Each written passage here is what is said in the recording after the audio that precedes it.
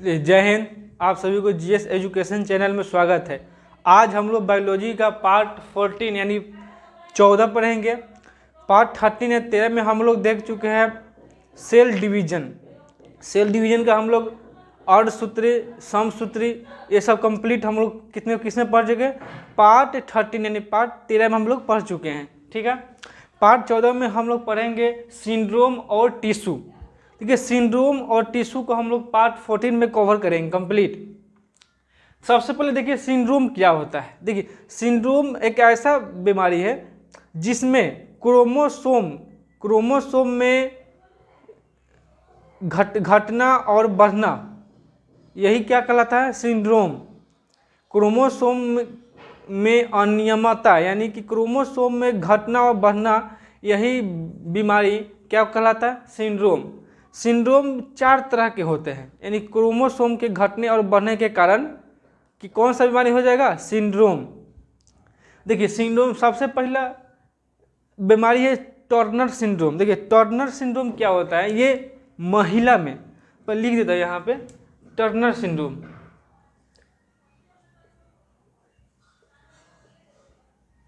Turner, देखिए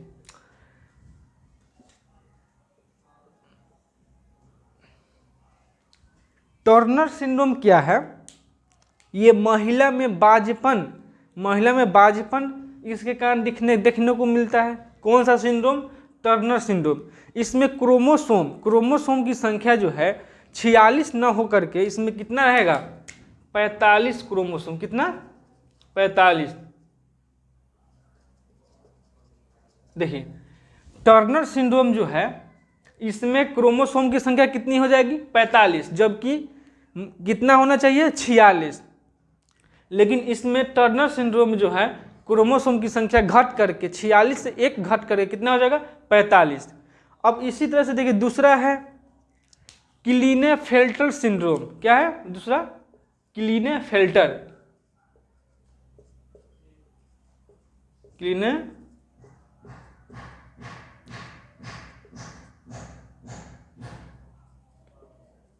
देखिए दूसरा क्लीनेफेल्टर सिंड्रोम। इसमें क्या होता है? क्रोमोसोम की संख्या बढ़ करके कितना हो जाएगा? 47। इसमें कितना क्रोमोसोम हो जाएगा? 47। अब आगे देखिए क्लीनेफेल्टर सिंड्रोम में जो है क्रोमोसोम की संख्या बढ़ करके कितना हो जाता है? 47। ये पुरुष में। देखिए टर्नर सिंड्रोम जो है महिला में होगा, लिख देते हैं महिला। देखिए टर्नर सिंड्रोम जो महिला में होगा, इसमें महिला में क्या चीज देखने को मिलेगा? बाझपन देखने को मिलता है। देखिए बाझपन होने का महिला में कारण बहुत सारे होते हैं, उस कारण में से एक टर्नर सिंड्रोम भी है। ये ध्यान में रखिएगा। जरूरी नहीं कि टर्नर सिंड्रोम के कारण ही उसके अंदर बाझपन होगा, और भी कारण हो सकता है इसके अलावा। देखिए उसमें एक और भी कारण है बाझपन होने में। क्या? कौन सा सिंड्रोम? Turner syndrome. यहां तक क्लियर है? देखिए आगे अब दूसरा देखिए क्लीनेफेल्टर सिंड्रोम जो है इसमें क्रोमोसोम 47 हो गया। इसमें 46 से कितना हो गया? 47। एगो बढ़ा इसमें, तो किसमें होगा? पुरुष में। इसमें क्या होगा? क्लीनेफेल्टर सिंड्रोम में इसमें पुरुष में नपुंसकता का अभाव देखा जाता है। इसमें कि कौन सा बीमारी हो जाएगा? नपुंसकता। यानी पुरुष में कौन सा बीमारी होगा? नपुंसकता, यानी कि किसी फीमेल के प्रति अट्रैक्शन न होना, यही क्या कहलाएगा? नपुंसकता हो जाएगा। किसमें? क्लीनेफेल्टर सिंड्रोम में। ये कौन किसमें होगा? केवल होगा पुरुष में। और टर्नर सिंड्रोम केवल किसमें होगा? महिला में। इसमें क्रोमोसोम कितना होगा टर्नर सिंड्रोम में? 45। क्लीनेफेल्टर सिंड्रोम में क्रोमोसोम की संख्या कितना हो गया? 47। इसमें देखिए क्रोमोसोम में चेंजिंग हो रहा है, इसमें यानी परिवर्तन आ रहा है। 46 होना चाहिए, इसमें कितना है? 47 है, 1 बढ़ गया इसमें। अब आगे देखिए तीसरा है डाउन सिंड्रोम। कौन सा? डाउन्स।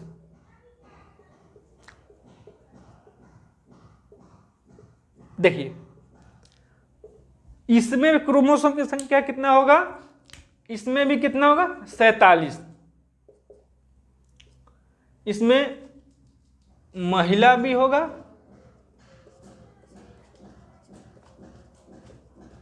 पुरुष भी। देखिए डाउन सिंड्रोम क्या होता है, इसमें देखिए इसमें क्या होगा, इसमें क्रोमोसोम की संख्या कितना हो जाएगा 47, 46 ना होकर के उसमें इसमें कितना हो जाएगा 47 क्रोमोसोम, किसमें डाउन सिंड्रोम में। इसमें क्या होता है, शरीर मैंजोजाइट हो जाना, यानी कि कहीं हाथ टेढ़ा हो जाना, कहीं पैर, देखिए शरीर मेरा सीधा है ऐसे टेढ़ा हो जाना, ऐसे कि ऐसे ही रह जाएगा, टेढ़ा ही टेढ़ा हो जाएगा, गर्दन टेढ़ा हो जाना, ओठ का मोटा हो जाना, यानी ओठ जो है बहुत मोटा हो जाएगा, कौन सा सिंड्रोम के कारण, डाउन सिंड्रोम के कारण। इसमें क्या क्या होगा, इसमें शरीर मैंजोजाइट हो जाना, ओठ का मोटापा हो जाना, बहुत सारे मोट हो जाएगा ओठ, कौन सा सिंड्रोम में, डाउन सिंड्रोम में। ये किसमें होगा, तो महिला और पुरुष, देखिए ध्यान रखिएगा महिला और पुरुष में दोनों में कौन सा होगा, डाउन सिंड्रोम्स। क्लिनीफेल्टर सिंड्रोम किसमें होगा, पुरुष में केवल होगा।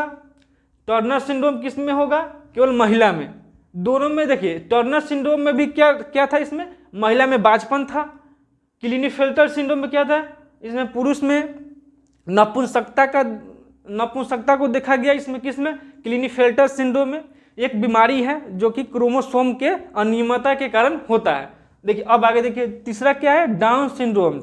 इसमें क्या होगा, ओठ जो है पोरोरा की तरह, यानी ओठ का साइज जो है मोटा मोटा हो जाएगा, किसमें, डाउन सिंड्रोम में। शरीर में जो डाजाइट, यानी कि शरीर में टेढ़ा ओढ़ा हो जाएगा कहीं। यहां तक अब कंप्लीट समझिए। अब आगे देखिए चौथा है पटाउ सिंड्रोम। क्या है,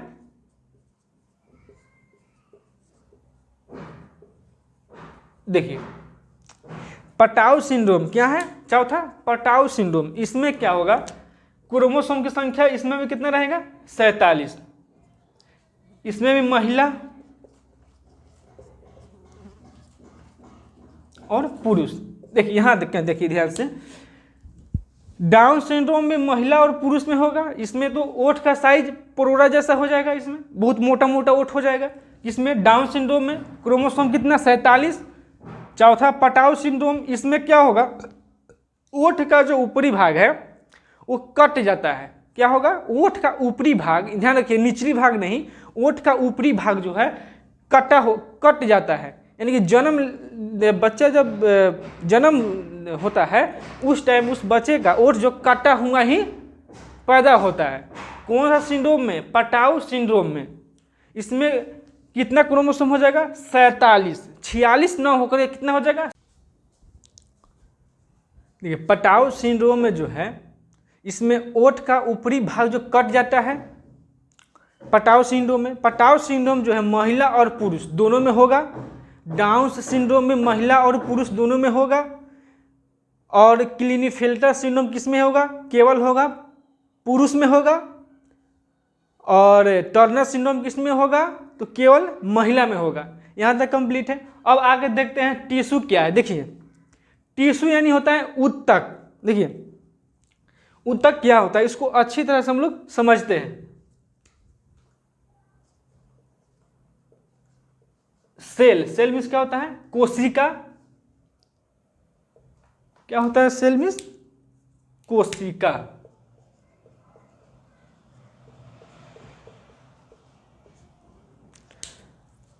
सेल के समूह को, यानी कि सेल को, जब ये सेल के समूह को हम क्या कहेंगे, टिश्यू यानी ऊतक। क्या कहेंगे, टिश्यू, या हिंदी में क्या बोलेंगे इसको, ऊतक।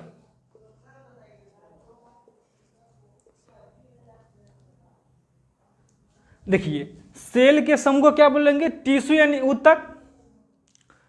अब टिश्यू ऊतक को एक जगह मिलाएंगे क्या बनेगा, अंग बनेगा।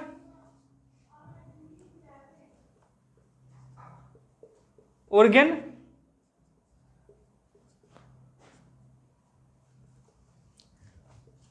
यानी अंग हो जाएगा। देखिए सेल के समूह को क्या बोलेंगे, टिश्यू। सेल बहुत सारे सेल यानी कोशिका को एक जगह करेंगे क्या होगा, टिश्यू। टिश्यू के समूह क्या बोलेंगे, ऑर्गेन। यानी टिश्यू जब एक जगह होगा तो क्या होगा, ऑर्गेन यानी अंग बनेगा। अब अंग को एक जगह करेंगे तो क्या बनेगा, सिस्टमेटिक, तो बॉडी हो जाएगा यानी कि शरीर। यानी अंग के समूह क्या बोलेंगे, शरीर। देखिए अब समझिए, सेल कोशिका के समूह क्या बोलेंगे, ऊतक यानी टिश्यू। ऊतक के समूह क्या बोलेंगे, अंग। अंग के समूह क्या बोलेंगे, शरीर। देखिए जो समझिए कैसे, जिस तरह से ईंट को जोड़ते जाते हैं तो क्या बन जाता है, दीवार बन जाता है।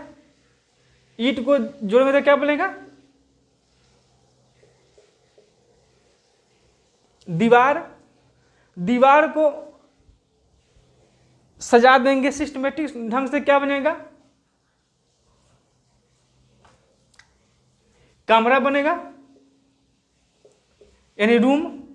अब देखिए ईंट को, जैसे ईंट को जोड़े यानी ईंट को सजाए तो क्या बन गया, दीवार।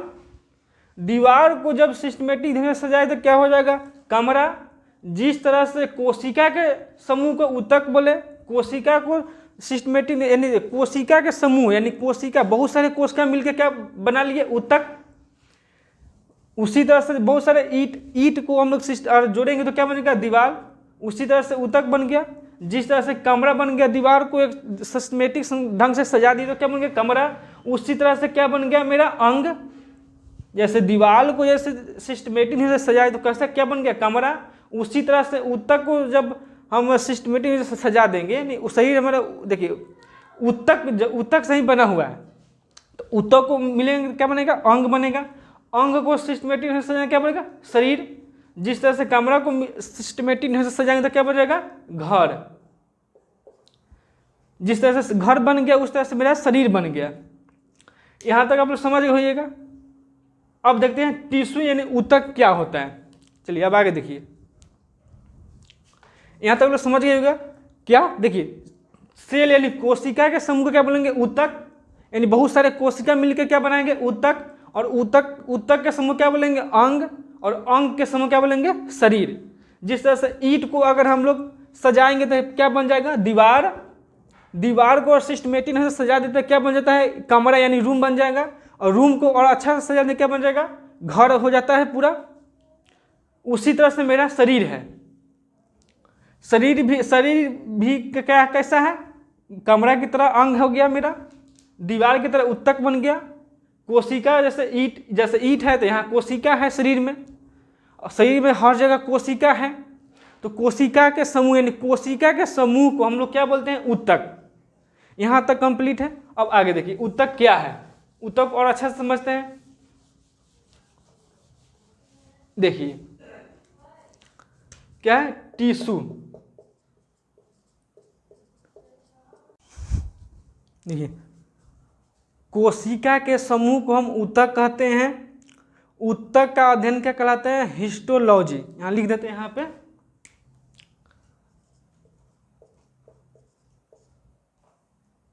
ऊतक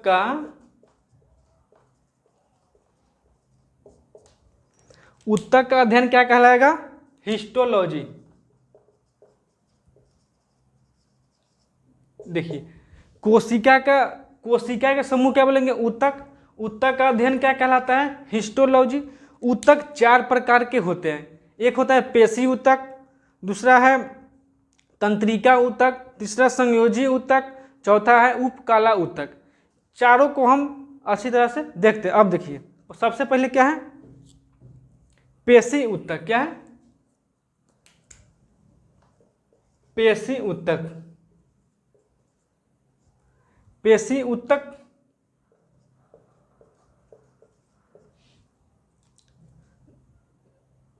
दूसरा है तंत्रिका ऊतक,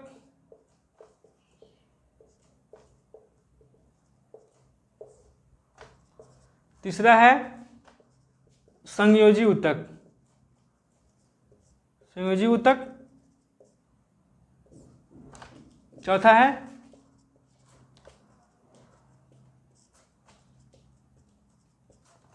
उपकाला ऊतक।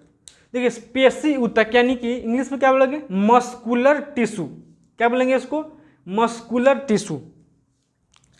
इंग्लिश लेते हैं यहाँ पे,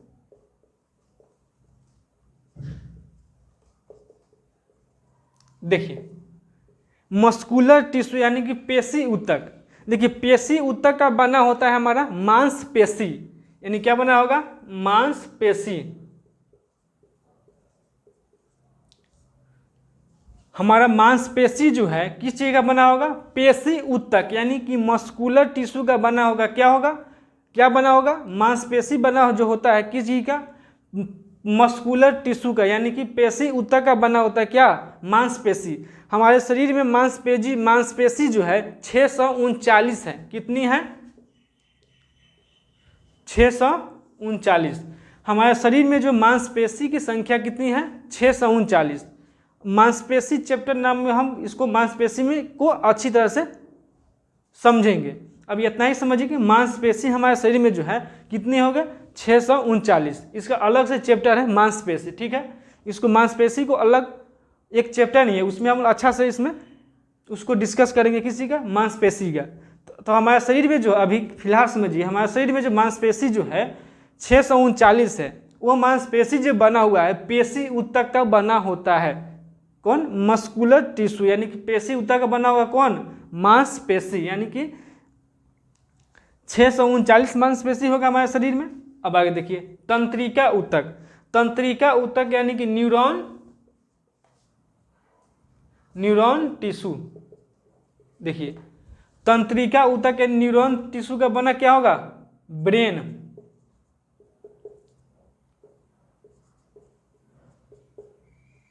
देखिए तंत्रिका ऊतक यानी न्यूरॉन टिश्यू का बना होता है क्या होता है, ब्रेन, यानी कि मस्तिष्क बना होता है। कौन सा ऊतक का, तंत्रिका ऊतक का।